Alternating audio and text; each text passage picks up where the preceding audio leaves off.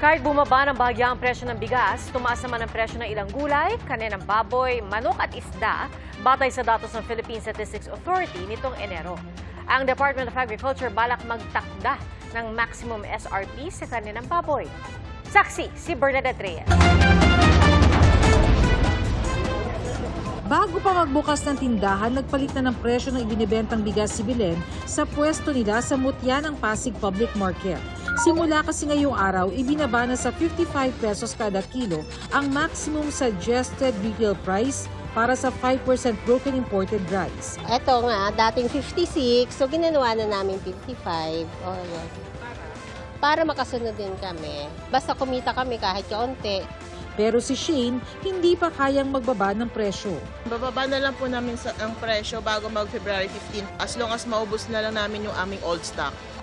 Ayon sa Department of Agriculture, wala munang padadalhan ng notice of violation basta't sumunod sila sa bagong presyo sa lalong madaling panahon. Sa February 15, sisimulan na rin ipatupad ang maximum SRP sa mga probinsya. Yung iba talaga inuubos yung nabiling stock na mas mataas. Palagi naman ganun, we are okay with that. And then doon sa iba, dahil dumating na yung kanilang supply na mas mura, they immediately comply with the 55 pesos. Ang target, maibaba pa ang maximum SRP sa 49 pesos kada kilo sa Marso. Ayon sa Department of Agriculture, target ng pamahalaan na maibaba ang presyo ng bigas sa level nito bago sumipa noong July 2023. Ang target, 41 pesos kada kilo sa regular milled rice, 45 pesos naman sa well milled. Sa datos ng Philippine Statistics Authority, pababa nga ang presyo ng bigas nitong Enero. Negative 2.3% ang naitalang inflation rate ng bigas nitong January 2025, kumpara sa positive 0.8% noong Disyembre. Ito ay lowest since June 2020, kung saan nagkaroon tayo ng minus 2.8% inflation. January 2024 is about 22.6%. At tuloy-tuloy ito hanggang July na nasa 20.9%. Pero kahit bumaba ng bahagya ang presyo ng bigas, tumaas naman ang presyo ng ilang gulay, karne ng baboy, manok at isda. Ang mga yan ang nakaapekto sa food inflation rate na mula 3.5% noong Disyembre, tumaas sa 4% nitong Enero. Nanatili naman sa 2.9% ang headline inflation o bilis ng pagtaas sa presyo ng produkto at serbisyo nitong Enero. Ayon sa Department of Agriculture, gaya sa bigas, magtatakda rin ng maximum SRP sa baboy.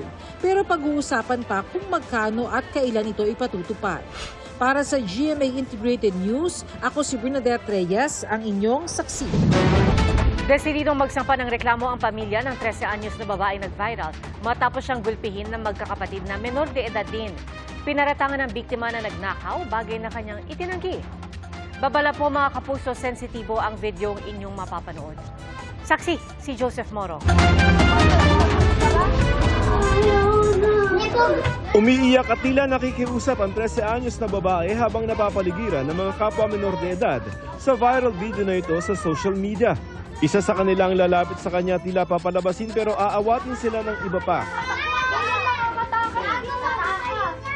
Pero maya-maya, sinampal ang 13 anyos na nakaputi ng isa pang bata. Inawat siya ng isang kasama pero may iba pang nanghikayat. Sige, pangunahan mo na. At tuluyan na nilang kinuyog ang biktima. Umalingaw-ngaw ang kanyang iyak habang hinihila ang kanyang buhok at sinasapok.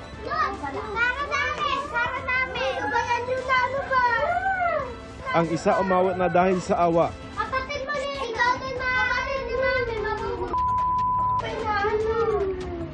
Pero imbis tumigil, nagpatuloy ang pananakit. Uy, ma-hospital daw yan. Ano naman? Last na yan, last na. Ala, ginawa niya. Dali na, papakita lang natin ito sa mama mo, video. Muli nilang sinakta ng minor de edad na patuloy naman sa pagmamakaawa habang umaawat na ang isa pa. Sa isa pang nakalap na video, may maririnig na nagsasalita at tila may pinapaamin. Hindi nyo sinapak, kaya bubugbugin ko kayo. Pamubugbog kita din sa marami na to dahil ako pwede bumugbog sa'yo. Labas ko na. Bago ka dadalhin sa pulis, pamubugbog muna ka dahil sa mga bata na to. Natuntun namin sa Malolos, Bulacan ng minor de edad na binugbog gayon din ng iba pang nanakit sa kanya. Pinayagan kami ng magulang ng 13 anyos na biktima na makapanayam ang kanyang anak na tatawagin naming alias Mika. Kwento ni Mika, 4 na beses siyang binugbog ng kanyang mga kalarong magkakapatid sa bahay ng mga ito noong January 30. Pinagbibintangan daw kasi siya ng nanay ng mga ito na may kinuha siyang pitaka. Ano sabi sa'yo? Pag hindi ko daw po nilabas, papabugbog daw po sa mga anak niya. Kahit nagmamakaawa, hindi raw siya tinigilang saktan ng mga menor de edad na nasa edad 6 hanggang 13. Ayon sa barangay, nauna nagsumbong sa kanila ang ina ng mga nanakit na nagnakaw umano si Mika pero itinanggi ni Mika ang paratang. Hindi naman matanggap ng ina ni Mika ang pananakit sa anak. May magulang dapat sinumbong na lang niya. Hindi, pinabayo niya. Kahit bata yun ang dami, isa lang anak ko. Puro ano po dito, tas yung panga nangingitim. Nanindigan naman ang ina ng mga nanakit. Talagang inamin niya sa amin, hindi lang sa akin, sa tanod niya inamin na siya ang kumuha. Pero walang na-recover na pitaka kay Mika. Na talagang pinapaamin ko siya na, sige ka, kapabubog kita sa anak ko. Hindi ako pwede. Kung basta pananakot ko lang yun. Ngayon, umalis ako. Nagpunta ako doon sa ate. Ngayon, nung bumalik ako, siguro mga ano rin, may 30 minutes mahigit din ako nawala. Umuwi ako ngayon. Nakasaray pinto. Nakita ko nga. Tumayo siya nung pagpasok ko ng pinto. Tumayo bata. Kako ganyan na tsura mo. Yung pawis na pawis. Parang may ano dito. Sabi nila chocolate daw eh. Sabi ko, hindi. Pagbayisin nyo kako yan. Dugo. Pwedeng gano'n, parang gano'n. Pero sabi nung anak kong lalaki kasi chocolate. Aniya gusto niya makipag-ayos dahil di umano niya gusto ang nangyari. Nakapanayam din namin ang 13 anyos si alias Mariel matapos kaming payagan ng kanyang magulang. Isa siya sa mga nanakit kay Mika. Nadala din po ako sa galit ko. Kaya ko po nagawa yun. Pasensya dahil sa nagawa ko. Hindi na mauulit. Desidido ang ina ng nabugbog na menor de edad na babae na magsampa ng kaso. Bagay na tanggap naman ng kabilang partido. Sumasailalim na sa counseling ang lahat ng mga menor de edad na sangkot ayon sa City Social Welfare and Development o CSWD ng Malolos. May parenting seminar naman para sa mga magulang. Para sa GMA Integrated News, ako si Joseph Morong, ang inyong saksi. Bago sa saksi, huli ang 2 nagpapakilala umanong taga-gobyerno para mambiktima ng mga kaanak ng mga arestadong POGO worker. Ilang milyong piso na ang ibinayad umano sa kanila ng ilang biktima sa paniwalang kaya ng mga suspect na mapalaya ang kanilang mga mahal sa buhay. Saksi, si Salima Refran, exclusive. Hindi ko po yan. Hindi ko po siya ina-accept, sir. Anong hindi? Wala po ako ina-accept. Matapos tanggapin ng marked money, arestado ang babaeng ito at isa pang lalaki na mga operatiba ng PNP-CIDG, AFP at PAOK sa isang visa consultancy office sa Intramuros, Maynila. Nagpapakilala raw bilang mga taga-PAOK, Bureau of Immigration at NBI. Nangangakong nagpapalaya at nakakapagpatanggal sa deportation list ng mga arestadong POGO worker. Si Era, nakunan daw ng pinagbubuntis dahil sa stress para lang makapagbayad ng hinihinging 1.1 million pesos ng mga suspect. Isinangla pa nga ng mga magulang ng nobyo niya ang bahay sa China para lang makapagbayad. Kano po yung nabigay niyo ng total? 900 po. 900,000. Tapos, anong nangyari nung nagbigay ng 900,000? Wala pa rin po hanggang ngayon. Hindi pa rin nalabas yung fiancé ko po. Nag-aalala din po ako sa parents ng fiancé ko po kasi isang buwan lang po yung binigay sa kanila na palugit doon sa sinanla nilang bahay. Ang asawa ni Nice naaresto sa raid sa Parañaque at nagbayad ng 1.1 million pesos. Pero ang problema, hindi ang PAOK, kundi Bureau of Immigration ang nakaaresto sa asawa niya. Hintayin daw kasi si PAOK naman daw ang nag-ano sa asawa ko, hawak daw ng PAOK. Kaya wala daw ko pag-alala. Siyempre, naniwala na din ako eh. Visa consultancy firm raw ang opisinang ito pero nag-o-offer daw sila ng extra service. Yan ay pagsasaayos ng iba't ibang mga dokumento para sa mga banyaga. Nakita dito ang iba't ibang mga dokumento, mga passports at mga alien certificates of registration. Ang lahat ng ito iproproseso ng mga otoridad para sa kasong inihahanda sa mga nahuling suspect. Naka-recover rin ng passports, alien certificates of registration at sari-saring dokumento. Ayon sa PAOK, nasa radar na nila ang opisina dahil sa pagiging fixer. May mga reports na kami natatanggap last year pa, even last year, about sino ba yung fixer o sino ba yung conduit na lumalakad ng mga papeles ng mga Chinese, especially those who are working sa mga POGO operations. Lumalakad ng mga passport nila para magkaroon sila ng Philippine passports, magkaroon sila ng birth certificate from PSA, and even death certificate kung may gusto silang patayin, at tapos papalitan nila ng bagong identity, gagawa nila ng bagong certificate. Ito yung hinahanap namin. Marami na raw na biktima ang grupo, kabilang ang mga nanay ng Pogo babies. Gate ng PAOK, may mga kasabwat raw ang grupo sa iba't ibang ahensya ng gobyerno. Meron tayong mga nakita mga pictures, may mga nakita tayong videos. Yung mga yan, hindi naman natin titigilan yan. Talagang tutugisin natin. Tumanggi magbigay ng pahayag ang mga naaresto. No comment po. Naharap ang dalawa sa patong-patong na reklamong robbery, extortion, usurpation of person of authority, estafa at grave coercion. Para sa GMA Integrated News, Salima Refran, ang inyong saksi. Hindi si Vice President Sara Duterte ang unang pangalawang pangulo na naharap sa impeachment complaint. Ang kasaysayan ng impeachment sa bansa, ating saksihan. Isa ito sa mga di malilimutang tagpo ng administrasyon ni Pangulong Joseph Estrada noong taong 2000. On the verified complaint for impeachment against His Excellency President Joseph Ernesto Estrada for alleged bribery, graft and corruption, betrayal of public trust, and culpable violation of the Constitution.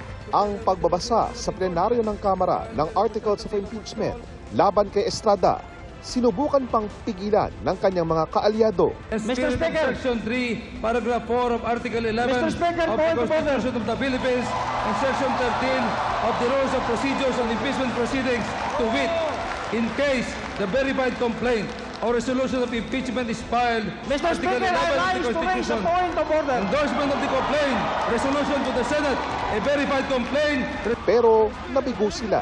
Accordingly, the Secretary General is immediately directed to transmit to the Senate the impeachment complaint constituting the articles of impeachment together with the verified resolution of endorsement. Session is suspended. Dahil dito, si Estrada ang naging kauna-unahang pangulo ng bansa na na-impeach. The no votes have it. Hindi man natapos ang kanyang impeachment trial, bunsod ng pagsiklab ng EDSA 2 na nagpatalsik sa kanya sa pwesto. Dahil kay Estrada, nabuhay sa bokabularyo ng mga Pilipino ang salitang impeachment. Ito yung prosesong nakasaad sa saligang batas para sa pagpapatanggal sa pwesto ng mga Pangulo, Vice-Presidente, mga miyembro ng Korte Suprema at pinuno ng mga Constitutional Commission, gayon din ng Ombudsman.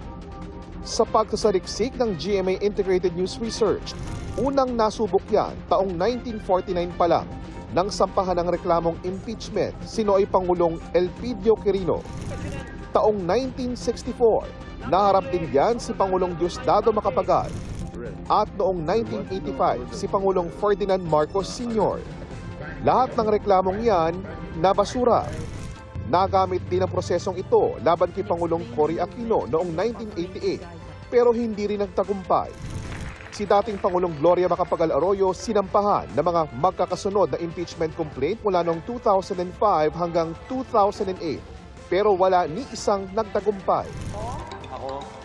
Naharap din dyan sina dating Pangulong Noynoy Aquino noong 2014 at Rodrigo Duterte noong 2017, pero lahat ay nabasura rin. Impeachment complaint against Vice President Sara Z. Duterte. Is there any objection? The chair hears none. The motion is approved. Ang pagkaka-impeach ngayon ni Vice President Sara Duterte lumikha rin ng kasaysayan dahil siya ang kauna-unahang vice-presidente na na-impeach sa bansa, pero hindi siya ang unang vice na naharap sa reklamong impeachment. Si Estrada naharap na rin dito noong panahong vice siya noong 1994. Gayon din si Noy Vice President Gloria Macapagal Arroyo noong taong 2000. Pawang hindi nagtagumpay ang mga yan. May naghain din ng impeachment complaint kina Vice President Noli De Castro noong 2005 at Leni Robredo noong 2017. Pero walang nag-endorsong mambabatas sa mga ito. Sa kabuuan, 5 opisyal na ng bansa ang na-impeach matapos ang EDSA revolusyon. Yan ay sina Pangulong Estrada, dating Ombudsman Merceditas Gutierrez, dating Chief Justice Renato Coronan, dating COMELEC Chairman Andres Bautista, at ngayon, si Vice President Duterte. Para sa GMA Integrated News, JP Soriano ang inyong saksi.